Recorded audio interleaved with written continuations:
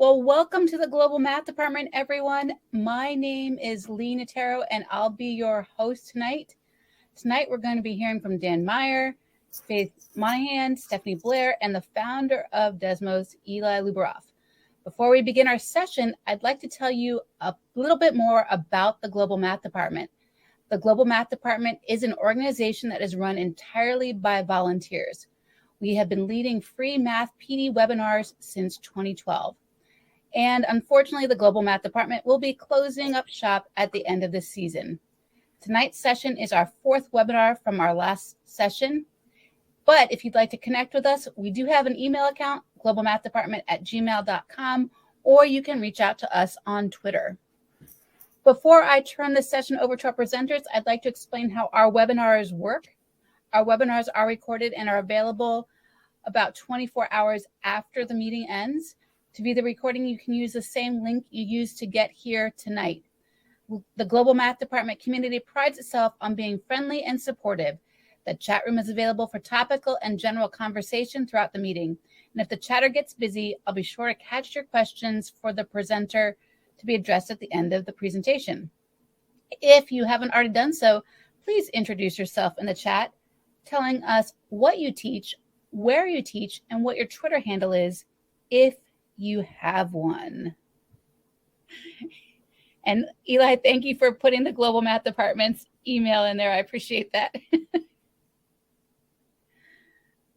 Welcome, Juan Paulo from the Philippines. And hello, Norma. And greetings, Lebo. Yes, lots of wonderful people joining us tonight.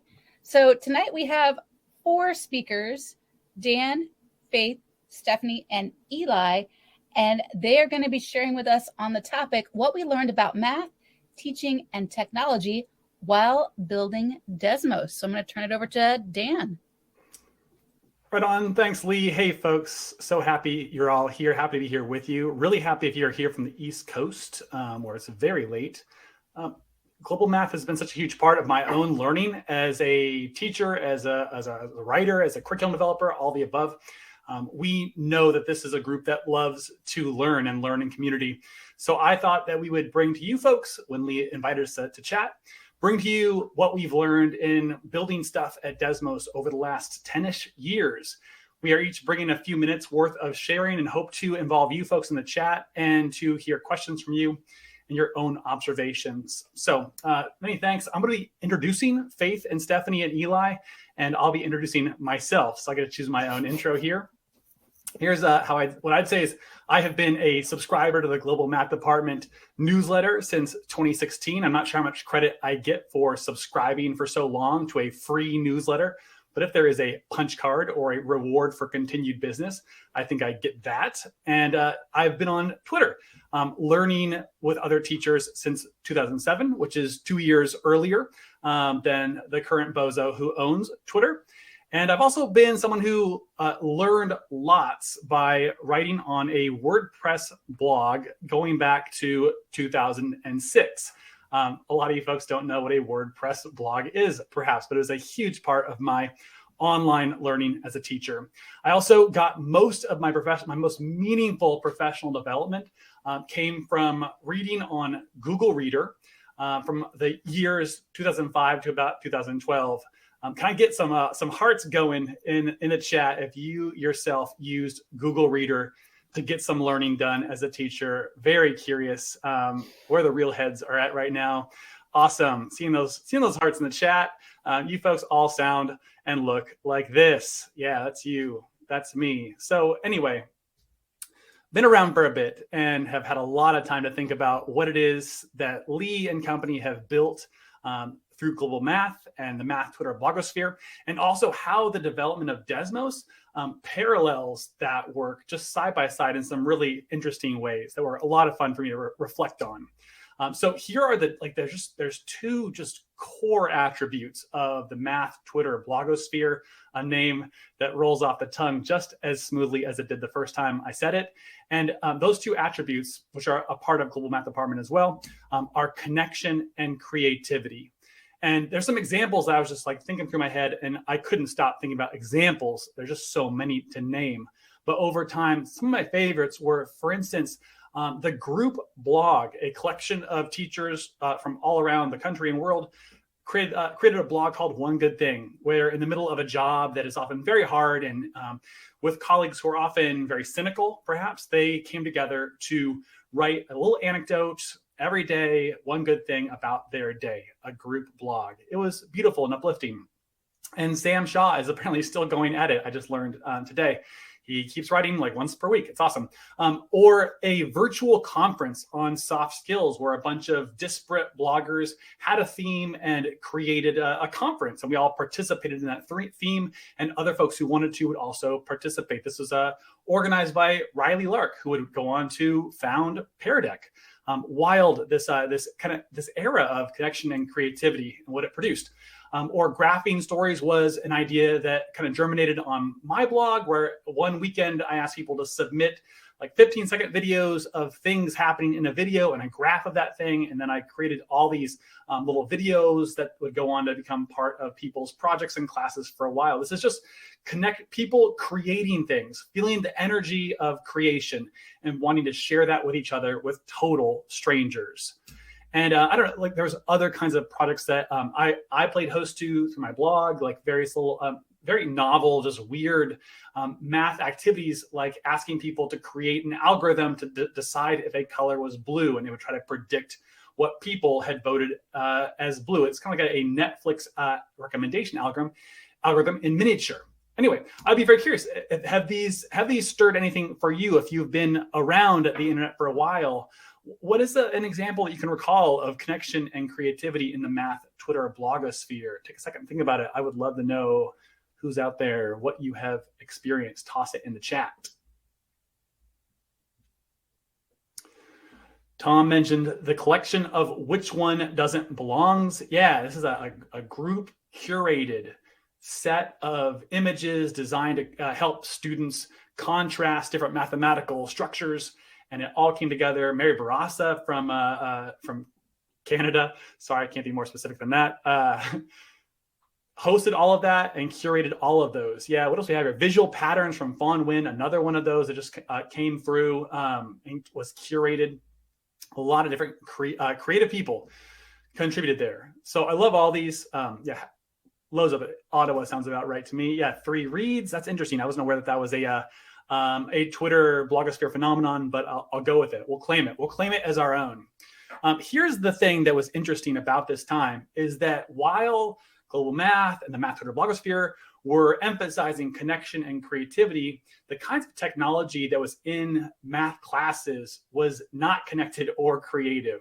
I don't want to belabor this point too much because as anyone at Desmos knows, I can get going on it, but it seemed to emphasize much more evaluation and uniformity instead.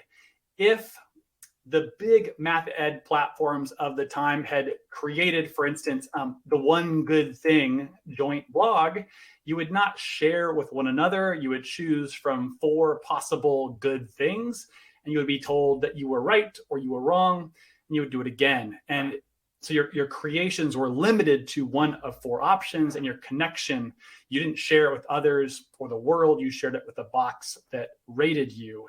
And so what was great, what I just will hold dearly in my heart forever until my last marble rolls out of my head, is that at Desmos, and shout out to Eli Luberoff coming up soon for assembling, for doing loads on this project, but one thing in particular, to assemble a lot of folks who would experience connection and creativity in their work and life and saying, what can we do here?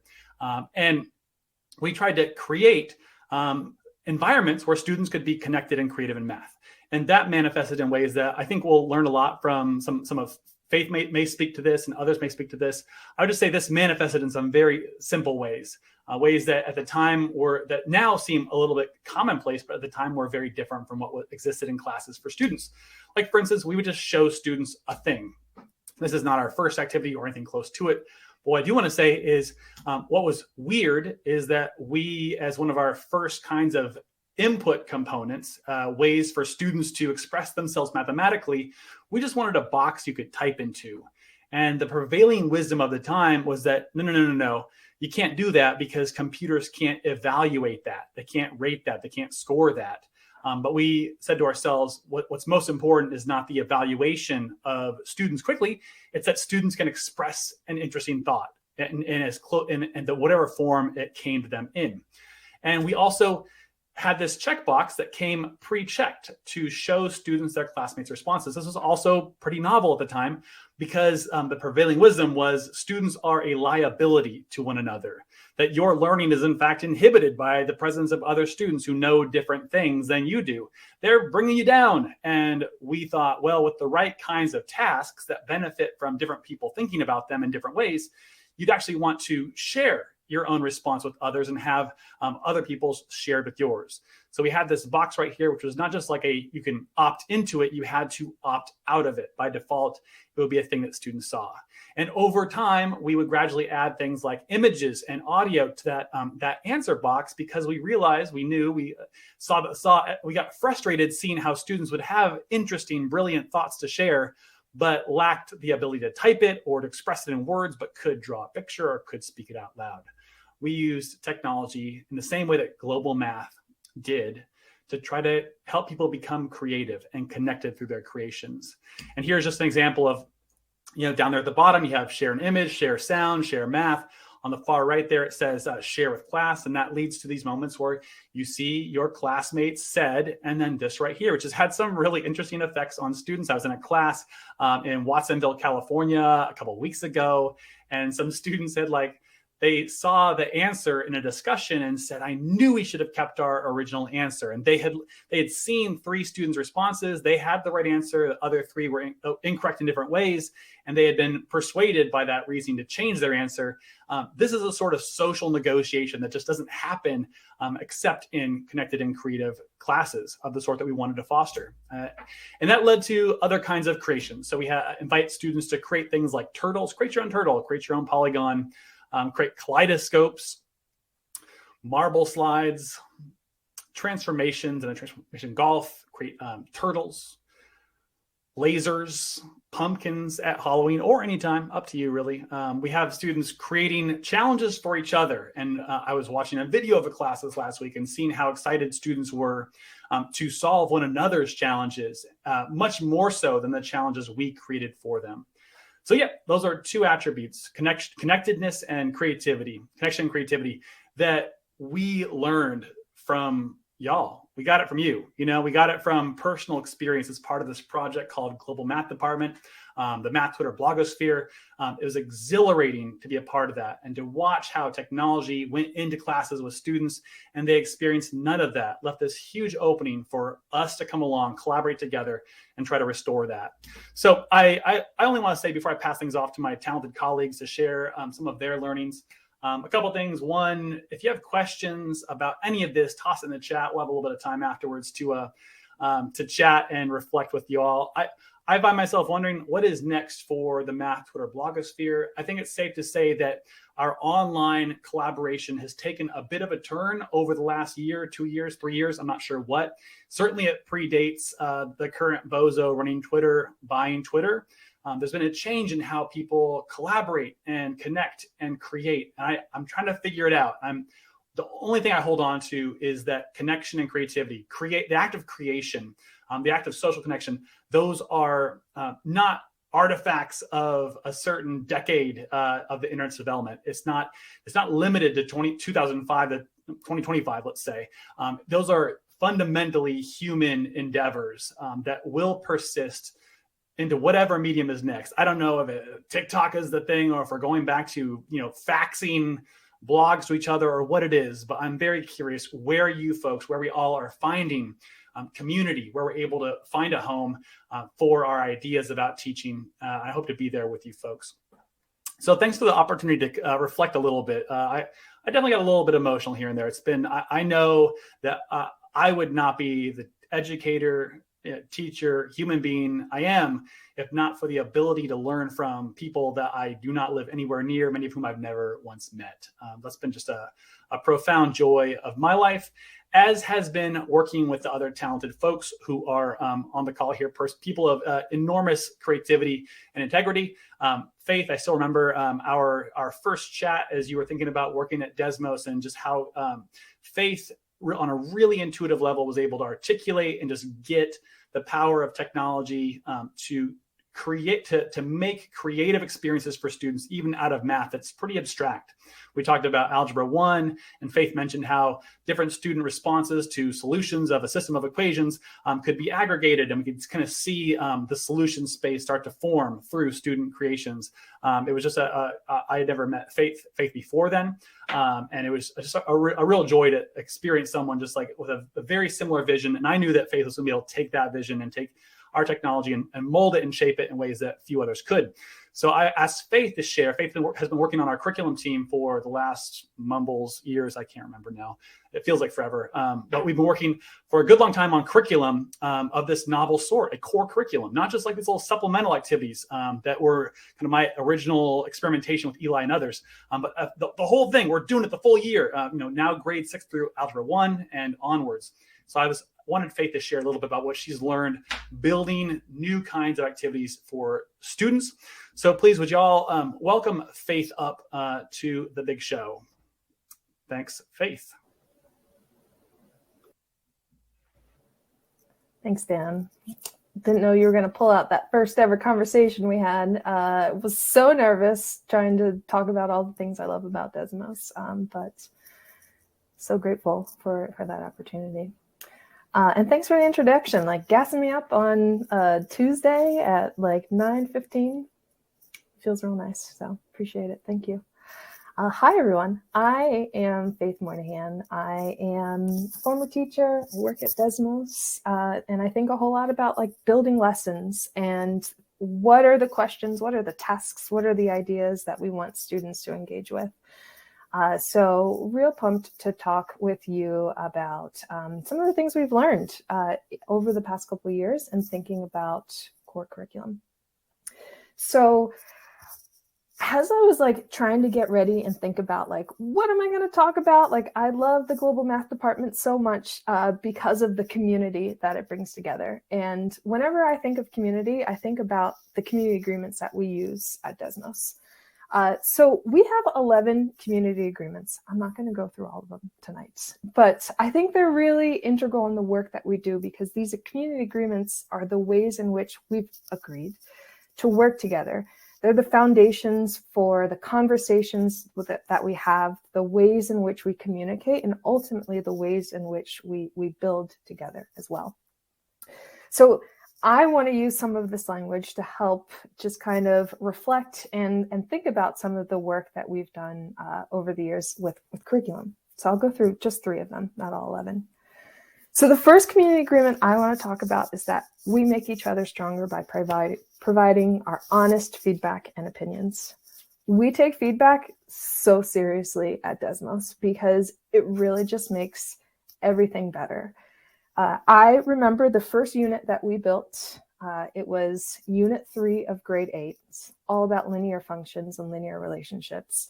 And that was a really great unit to start working on because we said linear, graphs, connecting representations, like we are going to knock it out of the park with this one. Like this is just in the wheelhouse of Desmos. So we created, I think it was 13 lessons, all of them digital, all on the Desmos Activity Builder. And each of them had way too many slides in them. I won't tell you how many screens were in each of those lessons, but it was way too many. Like we had screens to say like, talk about this, turn to your partner. It was a lot. But we were really excited about this. And thankfully we had a group of teachers that were piloting this unit and they took these 13 baby lessons into their classrooms. And they ran them and they provided their honest feedback. And I'm so grateful to them because the feedback wasn't always that great. They said, there's some things in here that are really magical and really great, but most of it is not that great. because like it doesn't shine, it doesn't glitter, and a lot of students just kind of got lost in clicking through all of the screens. And that was really tough feedback to hear, but I'm so grateful for that gift that those brave teachers were offering to us, because it really made us think differently about the way that we build lessons. And it made us think, well, like, I know that we're like Desmos and we've got to use these like great digital tools that we have. But if we're thinking about core curriculum, like maybe digital is just not the best tool for every single day. And after that unit, we said, okay, we've got to figure out how to introduce paper in our lessons. So now one of the first questions we talk about when we're building a lesson is, should this lesson be on paper or should it be digital? Is there something that we can leverage with our digital tools and showing a lot of that great feedback that Dan was showing, the interpretive feedback? Can we unlock something mathematical with interpretive feedback? Or is this a day that we want students like carrying their books to one another and scratching on paper and showing their work, or doing a physical card sort? Is paper really the best option for that day? And now, even though a lot of folks think Desmos and digital, our core curriculum is actually made up of about 30% paper lessons. I actually think it could be a little bit more, but we're working on it. But what I think is really great through that feedback that we first got for that first unit, I love looking at it because it just shows us how far that we've grown, is that you can always do a little bit better and always question your initial assumptions and leverage the tools in the best ways that you can, not the ways that you think that they should be leveraged. Okay, so moving on to the next community agreement. This community agreement, we remember that conversation is a natural way that humans think together. This is my favorite out of the 11, hands down. I think it's the gift that keeps on giving, because there's only so much we can do inside of our own minds, but when we can start to think and talk about it together and just like process it through words, there's so much that we can learn that just we couldn't do individually. So when we're thinking about lessons, not only are we thinking about how like Desmos's tools could be used in a classroom or even the lessons, that's really just a small piece. We're really thinking about what conversations do we want students to be having in a classroom? What are the opportunities? What are the situations that we can present in a classroom to get students talking to one another, right? Because that's how they are just going to be inspired, or how they can grow is just like hearing each other's ideas and understanding that the ideas that they have are valuable, and seeing value in one another's ideas, I think, is just a lesson that'll keep on giving outside of the math classroom. But also in conversation between teachers and students, we think a whole lot about the tools that we want to provide teachers in facilitating one of our Desmos lessons. You know, we note in our teacher tips, like, this is a key conversation screen. Like, whatever you do, forget everything else. But once you get here, like, hit that pause button, listen to the groans, and like make sure that you have a conversation and draw out some of the student ideas to make sure that we're getting together to understand these mathematical concepts that we're focusing on in that day. So every time I just like start building a lesson, I love to just kind of play through like, what are students talking about? What's the sound of the classroom? We all know those happy sounds of the classroom where it's not quiet, but like, I mean, sometimes it's chaos and sometimes it's great, but it's always like chatter, right? It's always students talking with one another. And what are the ways that we can provide resources for that is just gold to me. Okay. My last community agreement. There are 11 and they're all wonderful. But the last one I'll share with you today is making space to express gratitude. I am so grateful for the folks who have dedicated time and energy for building community, like you see here today. This takes an enormous amount of effort to plan, to like figure out webinar spaces and getting folks to be here, and just being in this space and listening. All of that has to do with building and strengthening the community around us. And I can say personally, I'm so much a better educator for being part of this community. I'm a better educator for the folks that have provided feedback to Desmos and say, like, this is great, but here's something that you can do better, or here's a different way to consider it, or this isn't good at all. Let me tell you why. Because we strengthen ourselves. We strengthen our community by being together and talking with one another. So thank you all. I appreciate it. Back to you, Dan. Get some hearts going in the chat for Faith, folks. Thank you so much, Faith, for sharing just a small sliver of the insights that you've developed over time here at Desmos. Yeah, fantastic. I would love to ask a question. I'm just curious about, like, we aren't in regular, I don't meet with the curriculum team as much as I used to. And I'm really curious how your thinking has developed over time. Okay. So like, there's a lot of folks that I recognize on the chat here who are Desmos activity builders, folks who use our software to create activities. Everyone here creates activities out of paper or in some way or another. So I'm just curious, as you folks have developed your ways of looking at an activity and saying, is this a thing that we want to put out into the world for thousands and thousands of teachers and students to use in a core curriculum? What are some ways that your lens has changed on it? Like what did you look for back when? What are you looking for now? Just take it wherever you want to here, but I'm curious. Sure. I think the lens is constantly changing. I think especially being in a position where we're building curriculum nationally, it's really hard because we don't know the students personally, and we don't know the experiences that they're going through, the communities around them. So there could be a really great lesson idea that comes to mind, and I'll get really excited and I'll try to build it. And I'm like, ooh, this might make sense to like Faith Moynihan, who lives right outside of Philadelphia, but perhaps not to someone who lives in Albuquerque or somewhere else. And so my lens has shifted in thinking about like my own classroom. My own classroom has informed me tremendously, and everyone's classroom here who kind of shares insights into those. But recognizing that you don't have a whole lot of control of like what is going to happen in a classroom makes me have a whole lot more care with like the contexts and the representations that we offer up to teachers and students.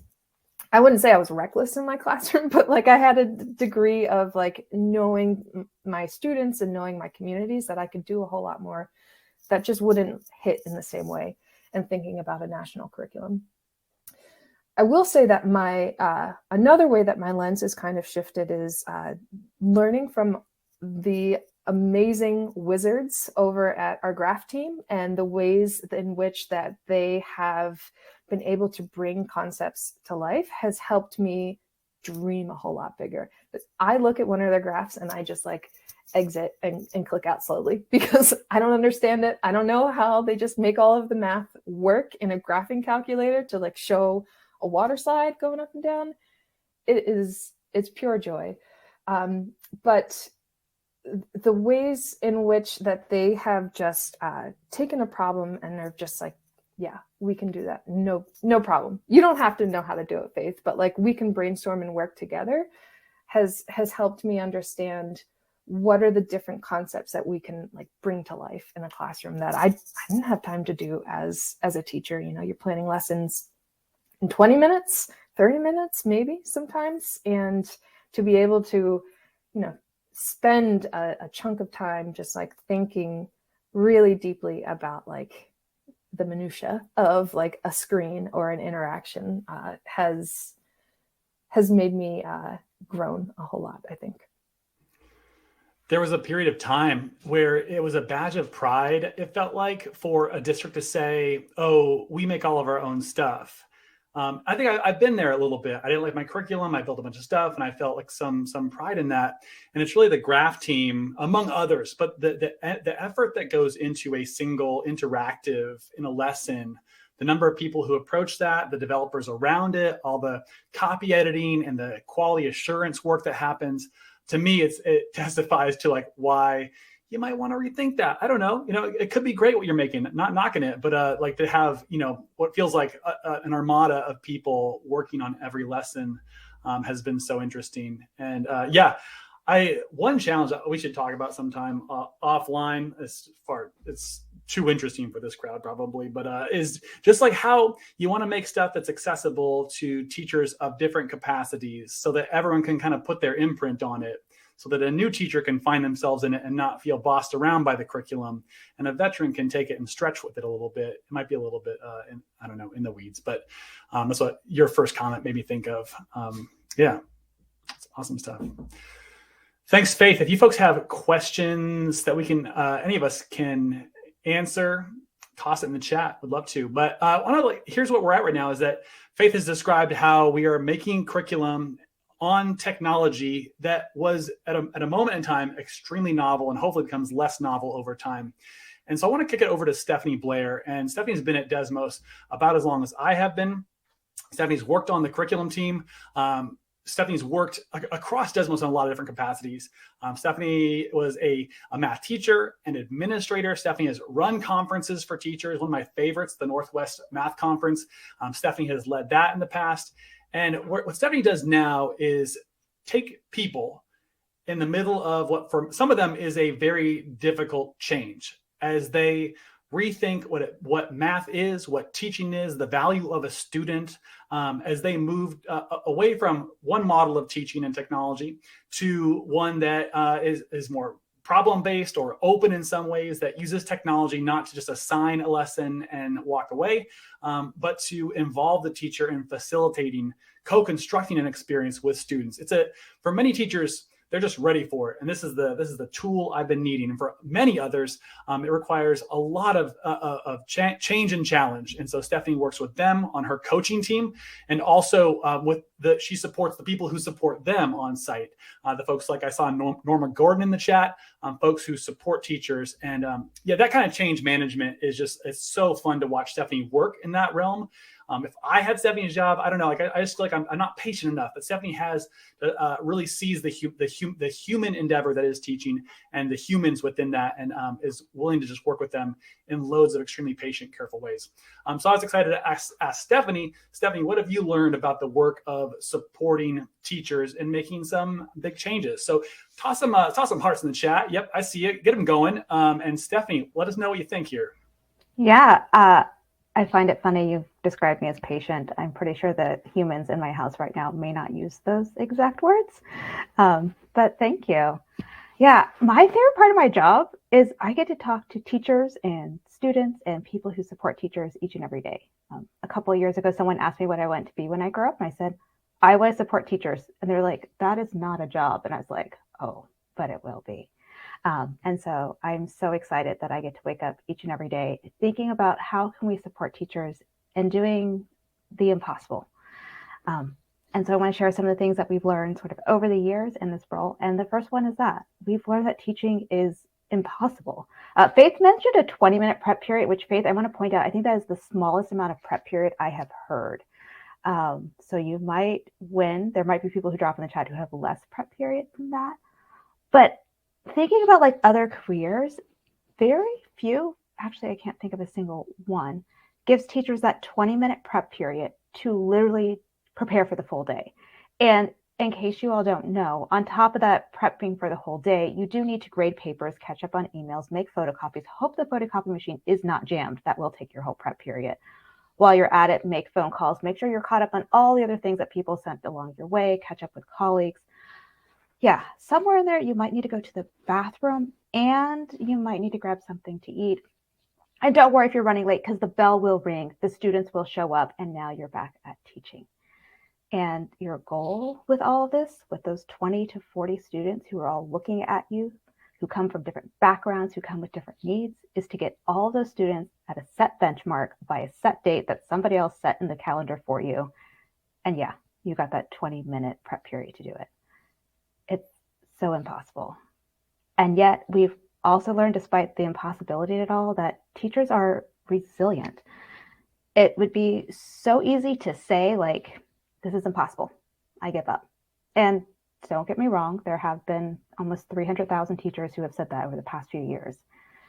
But over the past few years, we've also heard teachers become a lot more vocal about what their needs are, how impossible things are, set some clear boundaries of what they can and cannot do, to show up every day giving their best to those in the classroom they impact the most, their students.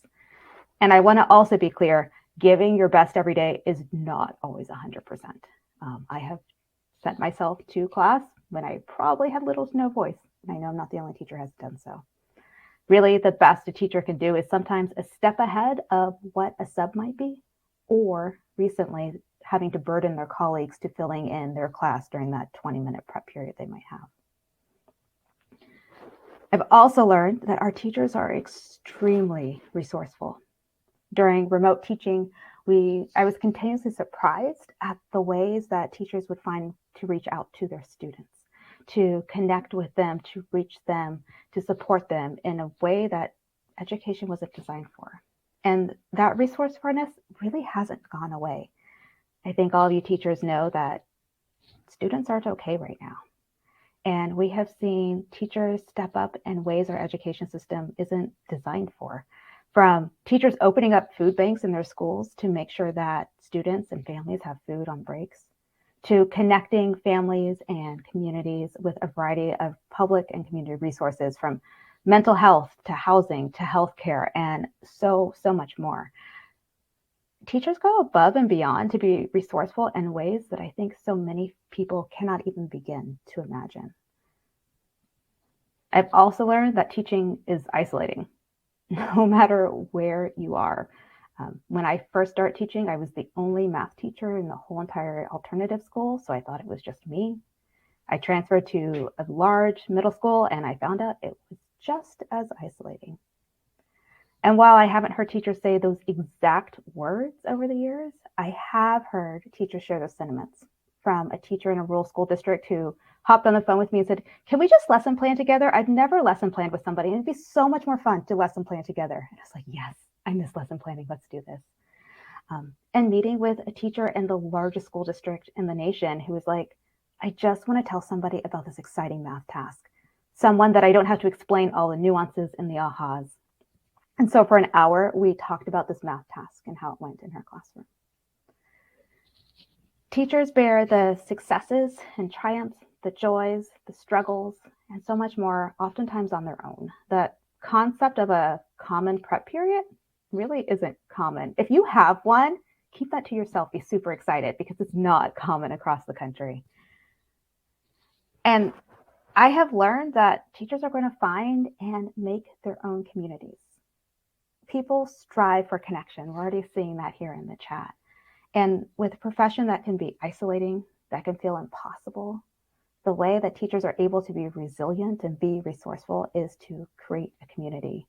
Dan shared some of the blogs and how he found community early on. And I remember searching for a lesson online and all of a sudden found all these math blogs. And I was like, oh, these are my people.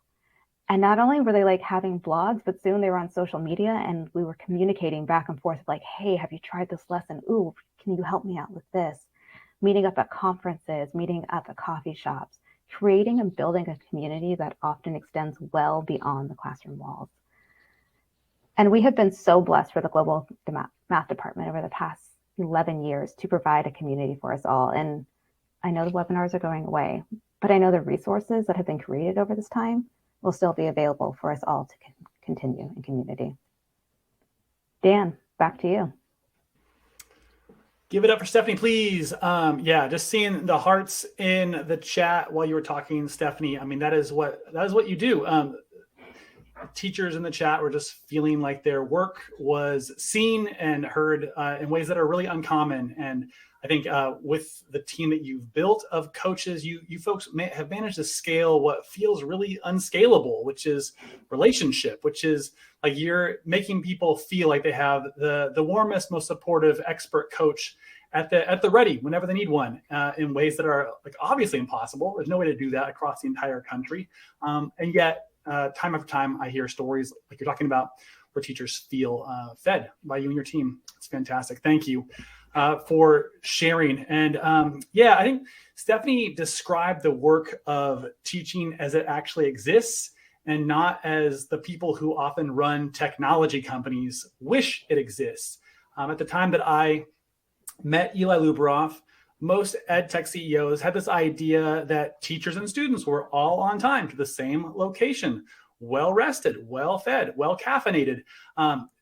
Thoroughly unrecognizable version of education. The idea was you could, in the middle of class, you could hand a teacher a graph of student achievement at that exact moment in time, and the teacher would know how to group students effectively. It was really frustrating for those of us who knew and appreciated and loved the work of teaching. And so I asked Eli to share a bit about he's learned in building products for teachers. But to say Eli is a product builder is both accurate, but also undersells what Eli does and has done. I think Eli elevated as a value at Desmos that we would trust teachers, that when teachers tell us a thing, even if it was counterintuitive and disrupted our ideas of what education was or should be, that we would trust the teachers and really build that feedback into our work in ways that Faith spoke to quite a bit. Eli has designed some just utterly delightful and also a core value, delightful technology for teachers and for students. And I'm excited for him to share with you folks what he's working on now and what he's learned in the past. Eli, take it away. The number of times that I've had an idea that I thought was going to be good and Faith or Stephanie or sometimes Dan has told me that it is not. If I had a nickel for each one, I'd be very heavy. I want to try sharing my screen. Let's see if I can figure out how to do this. Is this showing up for folks? And I want to take us through a few slides. Can you still see my screen even now that I'm full screen? Someone vocal? Gotcha. Yep, you're good. Woo. All right. Okay, so I'm going to take us through a little bit of a technology prediction exercise, which is where I want to start. So in 1998, a megabyte per second of network cost $1,200 a month. Any guesses what that 1 megabyte per second cost in 2015, 17 years later? Put it in the chat, and I'm going to reveal it was 63 cents. And storage was $570 for a gigabyte. And today, same thing in your head, 2 cents. And if we do a little bit of proportional reasoning on this, the equivalent of that change in cost would mean that a car today costs 40 cents. Technology is just this really, really magical tool. And we can see it also with, Chromebook for $140 has 500 times the processing power of the space shuttle, the computer that powered our first trip into space. And I'm a technologist, but it became pretty clear to me pretty early that when you apply all of this magic into classrooms, the instinct of most technologists, including transparently me at the beginning, was absolutely garbage. And I think this one is from one of the first blog posts that I read by Dan of what actually happens inside of a classroom with technology. And so one of the big things that has driven my work and my learning has been just like, how is it possible that technology, which is so incredible and powerful and improving so much, is absolutely trash when we apply it to classrooms such a huge fraction of the time? And I'm convinced, and this is one of the big things that I've learned over the last decade now, that teachers understand a whole lot more about technology than technologists understand about teaching. That it's just not even close.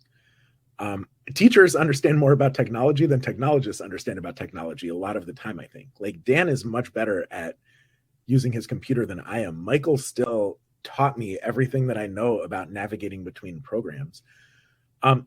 But technologists think that they're really good at everything, and they're really genuinely not. And I contrast this with, for example, what does it look like when you have permanent non-vertical surfaces in a classroom? And how much of a better learning experience is this than this? It's just like night and day.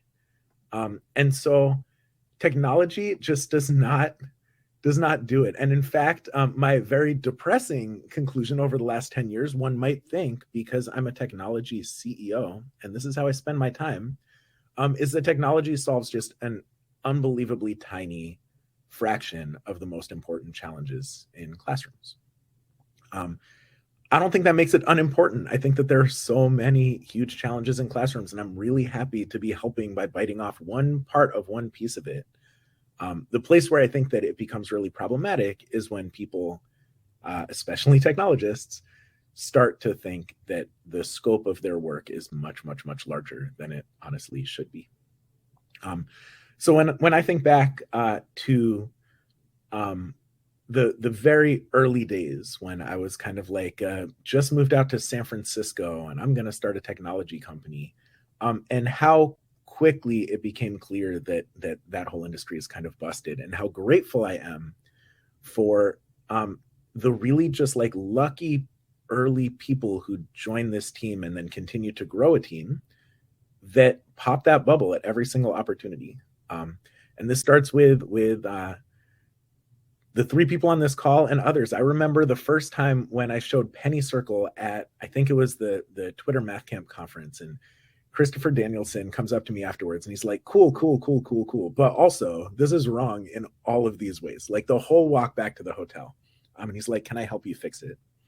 Which I think brings me to the third conclusion that I've reached here, which is that the teaching community is just unbelievably generous and collaborative. And we see that with this group here. We saw that with the blogging that was written and Twitter and wherever it goes next. Like, one thing that I keep seeing is the sharing, and not just affirmation, but criticism and feedback. And here's how you can do it better. And let me take your thing and build on it and improve upon it. That is just such a cornerstone of how we've been able to make things that are actually helpful. Because I think I'm really cognizant that I didn't actually teach in a classroom. I tutored. It's a completely different set of challenges. It's not even close. I visit classrooms. I'll teach sometimes. I'm exhausted after 2 periods and I need to go take a nap. And so how do we do this? And it's partly by building up a team that is just so heavily folks who have experience in classrooms, but then even the people who are in the classroom. And I've heard this, I think, from all 3 of my colleagues here on this call, that you've been out of the classroom as well. And you'll say, I don't actually know what it is like to be a teacher during the pandemic. I don't know what it's like to be a teacher after the pandemic. And so how do we make sure that we continue to do things that are helpful? And it's largely through the community being just so active and telling us everything we can do better. And I've got a couple examples of this. I'm going to try switching to a different tab. I have no idea if I'm going to be able to pull this off. All right, I think it's actually this one here. I found some of the first emails that I got from Stephanie on this call into Desmos. Sorry to put you on the spot. I also found one from Faith, which was a blast. I'm going to show this too. Dan, your first email doesn't get featured here, although it's also funny. So the first 2 were both from Stephanie suggesting features. And both of these were features that never would have occurred to me. So here, hello, awesome Desmos people. Thank you for marble slides. I appreciate it. Student joined with an inappropriate name. Is there a way to remove them from the class? This is the kind of messiness that you maybe don't design with up front, and maybe you won't hear, but you can see, wrote back 4 hours later. We didn't end up figuring out the ultimate fix to this for a few years, but we did build things in the middle, and Stephanie was part of then building that. One way to fix a problem is to join a company and then fix it. Here's another one a few days later. Problem with loading up a lesson, investigating, fixing it immediately. But the thing that I noticed with this, as kind of exemplified by all of the emails that we've ever gotten from teachers over the years, that's an exaggeration. There are exceptions, but almost all of them are just done completely in this style of let me be helpful. It's never like I'm mad at you. It's not how dare you. It's always like, here's a thing that could be better, and here's how I might make it better. I do want to show a couple from Faith's application here too, just because I think this is also such an example of my 4th big takeaway about learning and tech. which is Faith shared some of the amazing things that her students had made, these laser cuttings based on Desmos graphs. And so my fourth learning, and oh man, how do I switch back? I can do this. I'm going to switch back to my other window here. My fourth learning is that students are just brilliant in an unbelievably wide variety of ways. And so much of technology seems like actually designed to prevent that, to say like, we don't want you to do that. Like, we want you to pick between these four options. Dan gave that example at the beginning. And just learning that the more that we allow students to express their creativity, like Faith did in that project where they're making something and then printing it out, the more that we'll be surprised that they can. And it just makes me so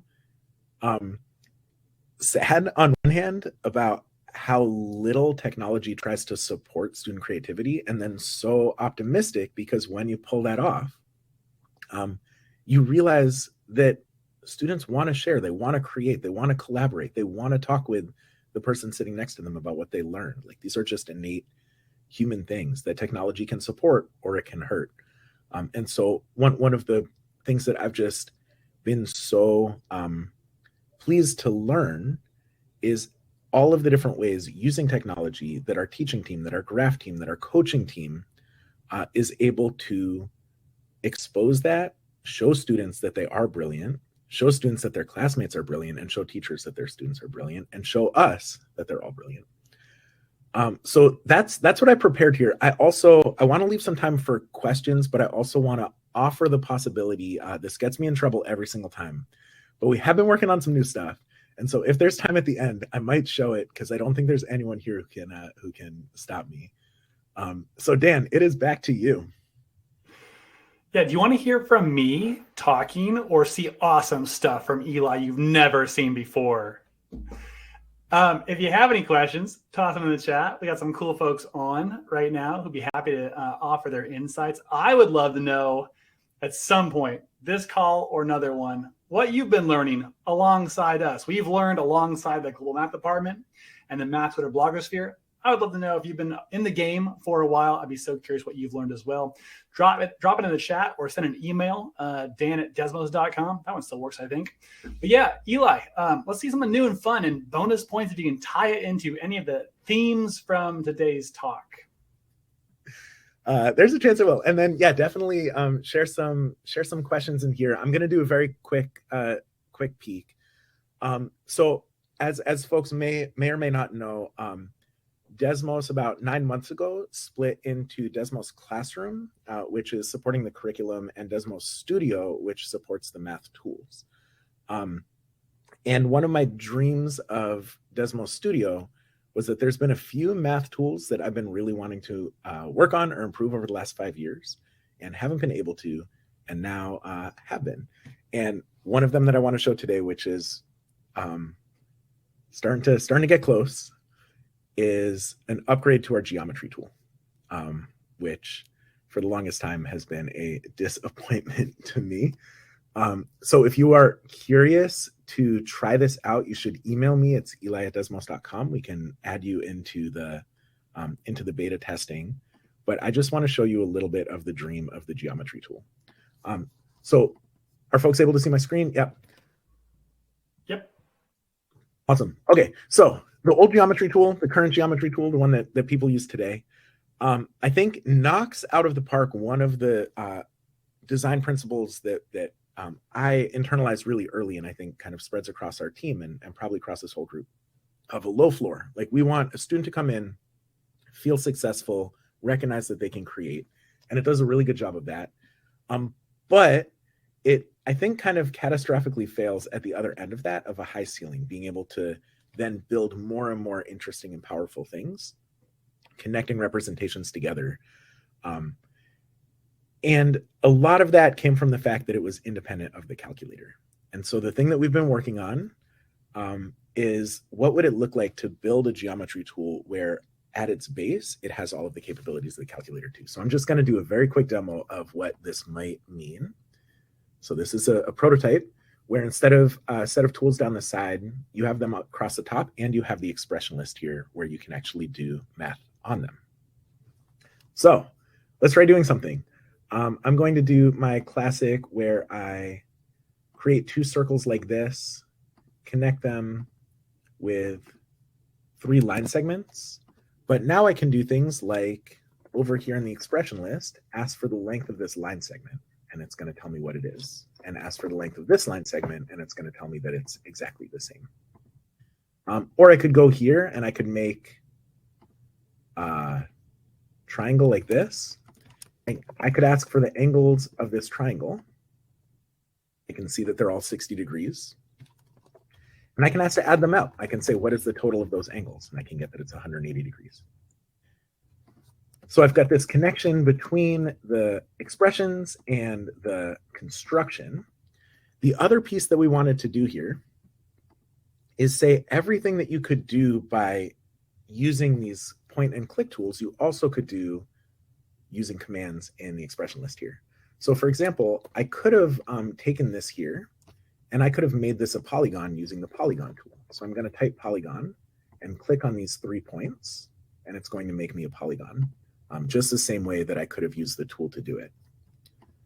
And then we had this insight where we said, okay, if you could make it using geometry, using those tools, and you can make it using algebra, can we help people discover what they could have typed to make that happen? And so I can look at this here and see there's 8 geometric objects that have been constructed. Open this up and say, all right, how did we make this one here? And I can take this and I can drag it down, and it shows me that the way to do that would have been to write intersection of these 2 different things. And then I can say, all right, how did I make that circle? And I can drag this one down and I make that circle as an argument with 2 different points. And I can put those back. All right, the last thing that I want to show is a place where the geometry and the algebra can be very fun connected together is doing transformations. So what I'm going to do here is make myself a little polygon. I'm going to take this and I'm going to rotate it around here by 90 degrees and I get a new polygon. And these are connected to each other. So when I make a change to one, it's going to make a change to the other. But we've got the calculator here, which means we've got sliders. So I'm going to instead rotate this by the angle A. Now I can see what happens as I change A and rotate this polygon around in a circle. We also, in addition to sliders in the calculator, we always have lists anywhere that we can use a slider. So what I'm going to do now is I'm going to say A is 30 degrees and also 60 degrees and also all the way up to 330 degrees.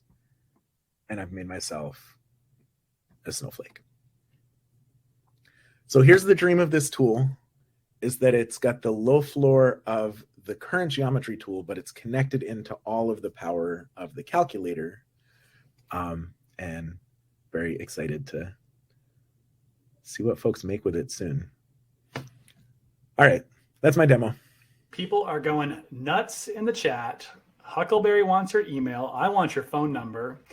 I mean, you know, the fact that everyone's going nuts off this, it is amazing. I just love that we all kind of understand each other. Why this will just like, you know, my family's out there eating dinner. You know, they don't get this like we do. They don't get me like you do in this way. I just love this. So Eli is still building the tech. We are still building the curriculum, and we need this community in some form or fashion to keep doing all that and to enjoy doing it. So thank you folks for joining us tonight. If you have questions we didn't get to or want to follow up, you know, we're on Twitter or email, various places. Get in touch. We love chatting, as you could see from Eli's email history there. So thanks so much to my colleagues for offering their time and insight.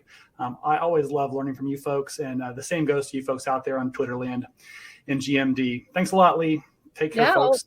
Yeah, thank you. Thank you so much for being here, Dan, Faith, Stephanie, and Eli. And we appreciate all the people that were in attendance, sharing all the love in the chat. And we are going to have I guess we have 3 more webinars left. May 2nd is our next webinar, grading and assessment and more. Where do we go from here, with Nolan Fossum? So we hope to see many of you at that session. Thanks again, everyone. So long.